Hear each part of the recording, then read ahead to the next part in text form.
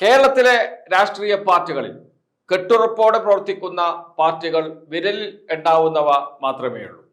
അതിൽ ഒന്നാം സ്ഥാനത്ത് CPM ആണ്. രണ്ടാം സ്ഥാനത്ത് BJP ഉണ്ട്.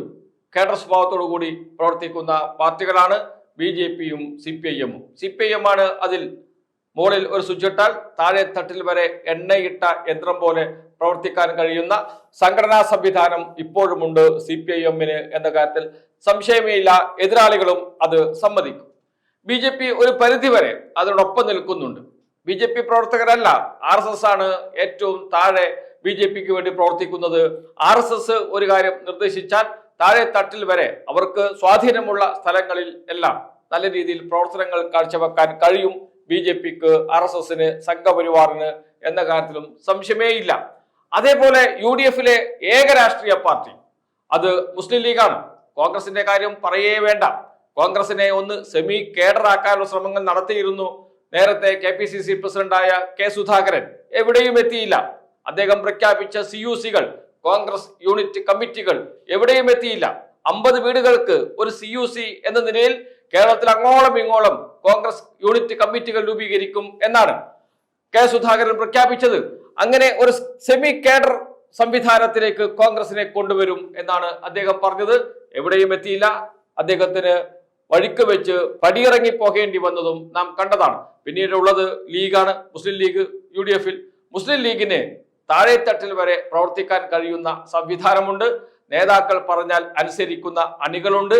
എണ്ണയിട്ട യന്ത്രം പോലെ പ്രവർത്തിക്കാൻ കഴിയുന്ന സംവിധാനം ഒരു പരിധിവരെ മുസ്ലിം ലീഗിന് ഉണ്ടായിരുന്നു നേരത്തെ. അത് ശക്തവുമായിരുന്നു.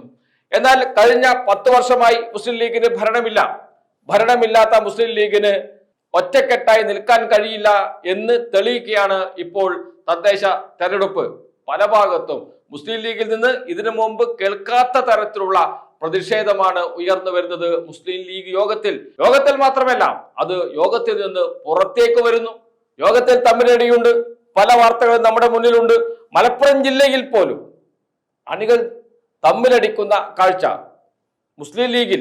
കോൺഗ്രസിലാണെങ്കിൽ അത് സഹിക്കാം. കോൺഗ്രസിൽ ഇപ്പോൾ പാലക്കാട് നിയമസഭാ മണ്ഡലത്തിലെ PRE പഞ്ചായത്തിൽ കോൺഗ്രസിന്റെ പ്രാദേശിക നേതാക്കളും അണികളും തമ്മിൽ തല്ലുന്ന ദൃശ്യങ്ങൾ സോഷ്യൽ മീഡിയയിൽ വൈറലാണ്. അത് ഇന്നല്ല, നേരത്തെയും ഉണ്ടായിട്ടുണ്ട്. അത് നാളെയും അങ്ങനെ തന്നെ തുടരുക തന്നെ ചെയ്യും. കോൺഗ്രസ് അങ്ങനെയാണ്. പക്ഷെ മുസ്ലിം ലീഗ് അങ്ങനെ ആയിരുന്നില്ല.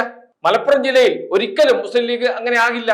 പക്ഷേ മുസ്ലിം ലീഗിൽ മലപ്പുറം ജില്ലയിലും അതേപോലെ കാസർഗോഡ് ജില്ലയിലും മുസ്ലിം ലീഗിന് ശക്തിയുള്ള 2 ജില്ലകളിൽ അണികൾ, പ്രത്യേകിച്ച് യൂത്ത് ലീഗ് പ്രവർത്തകർ നേതാക്കൾക്കെതിരെ പരസ്യമായി രംഗത്ത് വരുന്ന കാഴ്ചയാണ് കണ്ടത്. മലപ്പുറം ജില്ലയിലെ പെരുവള്ളൂരിൽ ലീഗ് പ്രസിഡന്റിനെയും സെക്രട്ടറിയെയും ലീഗ് ഓഫീസിൽ പൂട്ടിയിട്ടു. പഞ്ചായത്ത് ഓഫീസിലാണ് പൂട്ടിയിട്ടത്. ആലോചിച്ച് നോക്കണം. മലപ്പുറം ജില്ലയിലെ പെരുവള്ളൂരിൽ, മലപ്പുറം ജില്ലയാണ് എന്നോർക്കണം, മലപ്പുറം ജില്ലയിലെ പെരുവള്ളൂരിൽ ലീഗ് പ്രസിഡന്റിനെയും സെക്രട്ടറിയെയും യൂത്ത് ലീഗ് പ്രവർത്തകർ ഏറെ സമയം തടഞ്ഞു വെച്ചു. പോകേണ്ട, ഇവിടെ ഇരുന്നാൽ മതി എന്ന് തീരുമാനിച്ചു. തീരുമാനം മാറ്റണമെന്ന് പ്രഖ്യാപിച്ചു. കാരണം 3 ടേം വ്യവസ്ഥ മുസ്ലിം ലീഗിനുണ്ട്. ചിലർക്ക് ഇളവ് നൽകാം എന്ന തീരുമാനം നേരത്തെ മുസ്ലിം ലീഗിന്റെ സംസ്ഥാന നേതൃത്വം എടുത്തിരുന്നു. പെരുവള്ളൂർ പഞ്ചായത്തിൽ 3 ടേമിന് ശേഷം വീണ്ടും മത്സരിക്കാൻ തയ്യാറായ അവർക്ക് സീറ്റ് കൊടുത്ത ലീഗ് നേതൃത്വത്തിന് എതിരെയാണ് പ്രതിഷേധം ഉയർന്നത്.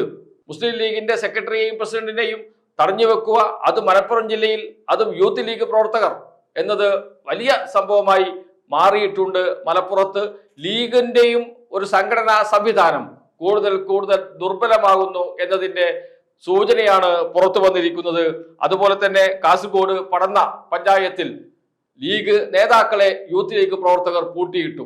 രാത്രി 2 മണി വരെ പൂട്ടിയിട്ടു എന്നാണ് അവിടെ നിന്ന് വരുന്ന വാർത്തകൾ. അവസാനം തുറന്നു വിട്ടു. വലിയ പ്രതിഷേധമാണ് ഉയർന്നു വന്നത്. കാസർഗോഡ് പടന്ന പഞ്ചായത്ത് എന്ന് വെച്ചാൽ മുസ്ലിം ലീഗിന് നല്ല സ്വാധീനമുള്ള പഞ്ചായത്താണ്. മുസ്ലിം ലീഗിന് സ്വാധീനം എന്ന് മാത്രമല്ല, മുസ്ലിം ലീഗ് മാത്രമേ ഉള്ളൂ എന്ന് വേണമെങ്കിൽ പറയാം. മലപ്പുറം ജില്ലയിലെ പഞ്ചായത്തുകളെ പോലെ തന്നെ ശക്തമായ മുസ്ലിം ലീഗിന് സ്വാധീനമുള്ള പഞ്ചായത്താണ് മലപ്പുറം പഞ്ചായത്ത്.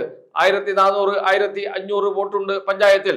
അതിൽ 1300 വോട്ടും മുസ്ലിം ലീഗ് വോട്ടുകളാണ് എന്നതാണ് കാസർഗോഡ് പടന്ന പഞ്ചായത്തിന്റെ സ്ഥിതി. അവിടെയാണ് 3 സീറ്റ് കോൺഗ്രസിന് നൽകാൻ തീരുമാനിച്ചു.